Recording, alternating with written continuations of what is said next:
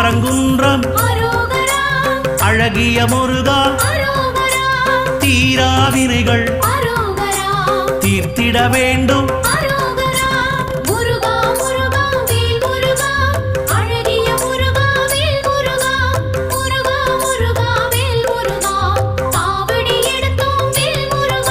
சுவாமி மலையனே ஏரகத்திரைவா